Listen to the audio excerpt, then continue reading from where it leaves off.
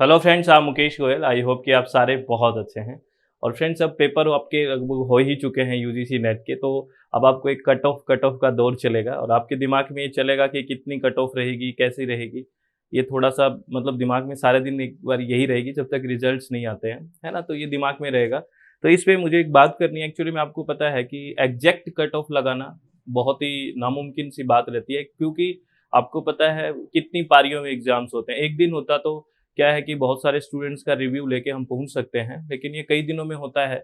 लेकिन अब की बार एक बात समझ में आई है फ्रेंड्स कि कट ऑफ जो आप अगर सब्जेक्ट टू सब्जेक्ट देखोगे तो जो आपकी पिछली कट ऑफ रही है, आप मैच कर सकते हो जो पिछली आपके सब्जेक्ट की, क्योंकि हर सब्जेक्ट की आपको पता है अलग अलग रहती है। तो पिछली सब्जेक्ट की जो आपकी कट ऑफ रही है उससे मुझे लग रहा है उसके आसपास या थोड़ी उससे कम रहनी चाहिए, उसके आसपास या उससे थोड़ी कम रहनी चाहिए।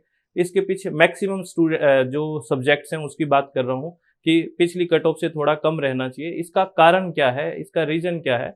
इसका रीज़न ये है कि जो हम शुरुआत से बात करते आ रहे थे कि फर्स्ट पेपर है, वो बड़ा कंसेप्चुअल बनने वाला है। आपने अगर चीज़ों को रटा है तो सिर्फ़ उससे काम नहीं चलेगा, बहुत कंसेप्चुअल चीज़ें हैं। मतलब यूँ मान लो कि जहाँ अगर आपके कंसेप्ट कहीं भी वीक हुए, तो क्या करेगा वो पेपर आपको सही होने वाले क्वेश्चंस है ही नहीं। अगर वीक कंसेप्ट हुए तो आपने अगर चीज़ें रट रखी है तो वो नहीं होगा। तो ये जो फर्स्ट पेपर है, ये मुझे लग रहा है कि काफ़ी कंसेप्चुअल बन रहा है, जहाँ तक मेरे स्टूडेंट से बात हुई है, बड़ा अच्छा पेपर बन रहा है। अगर आपने वही अपनी चित्त के शांत रख के अगर कंसेप्ट्स नहीं पढ़े हैं और आप उस पे फ़ोकस नहीं कर पा रहे हैं, उसको लाइटली ले रहे हैं, तो वो आपको कहीं न कहीं मात दे रहा है। तो इसलिए वो टफ़ होने की वजह से थोड़ी मुझे लग रहा है कि कट ऑफ क्या है, वो नीचे जाने की संभावना है। और आपको मैं और बता दूँ फ्रेंड्स कि धीरे-धीरे चाहे पेपर 1 हो, पेपर 2 हो, वो कांसेप्ट्स हमेशा मजबूत होते जाएँगे और अच्छा पेपर कांसेप्चुअल बनते आएगा। ये तो अपना जल्दी तैयारी को फटाफट एग्ज़ाम को क्लियर करो। बहुत जितना डिले होगे, जितना किसी भी कॉम्पिटिटिव एग्ज़ाम में डिले होते हैं, उतना वो एग्ज़ाम टफ़ होता जाता है। नई-नई चीज़ें आती रहती है, चीज़ें बहुत सारी डेवलप होती रहती है। तो हमने जो कांसेप्ट क्या होता है कि हम कुछ चीज़ों को रट लेते हैं, बस आगे बढ़ते ही नहीं है। हर चीज़ में कुछ न कुछ चीज़ें हमें अपडेट करना होता है और हमें कांसेप्ट को समझना होता है। तो मेरा ये मानना है कि कट ऑफ वैसे तो आने से सब कुछ अभी जल्दी मेरे हिसाब से रिज़ल्ट्स आ जाएँगे, तो पता चल ही जाएगा। लेकिन फिर भी अगर अनुमान लगाया जाए, है ना? मैं सभी सब्जेक्ट्स की तो बात नहीं कर पा रहा हूँ क्योंकि सारे सब्जेक्ट्स से तो बात होना मुश्किल होता है। लेकिन मोस्ट ऑफ द स्टूडेंट्स यही कह रहे हैं कि कि पेपर जो 1 था वो बड़ा कंसेप्चुअल था, ऐसे बिल्कुल ईज़ी वाली बात नहीं थी।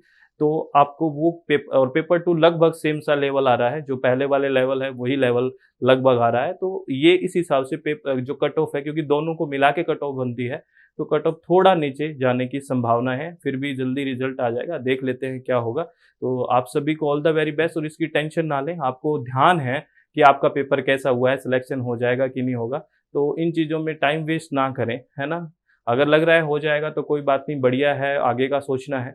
अगर आपको लग रहा है कि भई नहीं होगा, मैंने पेपर दे के देख लिया, यूँ तो है नहीं कि ब्लंडर होने वाला है, कोई चमत्कार तो नहीं होगा। अगर आपने अच्छे से नहीं किया तो नहीं होगा, तो फिर तैयारी आप स्टार्ट कर सकते हैं, बिना टाइम को वेस्ट किए हुए। और अगर हम आप हमारे साथ जुड़ना चाहते हैं तो एसडब्ल्यूएमजी एप्लीकेशन है अपनी, इस पे आप जुड़ सकते हैं और 2 जुलाई तक जितने भी अपने कोर्सेज़ हैं उसमें 25% और 29% ऑफ चल रहा है फ्रेंड्स। ये सारी इन्फॉर्मेशन ऐप पे जाके आप देख सकते हो। तो आप बिल्कुल चित्त शांत रखें, हमेशा खुश रहें, किसी भी तरह की टेंशन ना लें। बस बेहतर तरीके से काम करने की कोशिश करें और जो हमें कमियाँ रही है, उसमें हम सुधार करने की कोशिश करेंगे तो बहुत बेहतर हो जाएगा। टेंशन लेने से अच्छा है कि उन चीज़ों में हमें काम करें, जिन चीज़ों पे हमने कहीं न कहीं हमारी पकड़ ढीली थी, ठीक है? तो सबको ऑल द वेरी बेस्ट, बहुत-बहुत धन्यवाद। Thank you. Thanks a lot friends.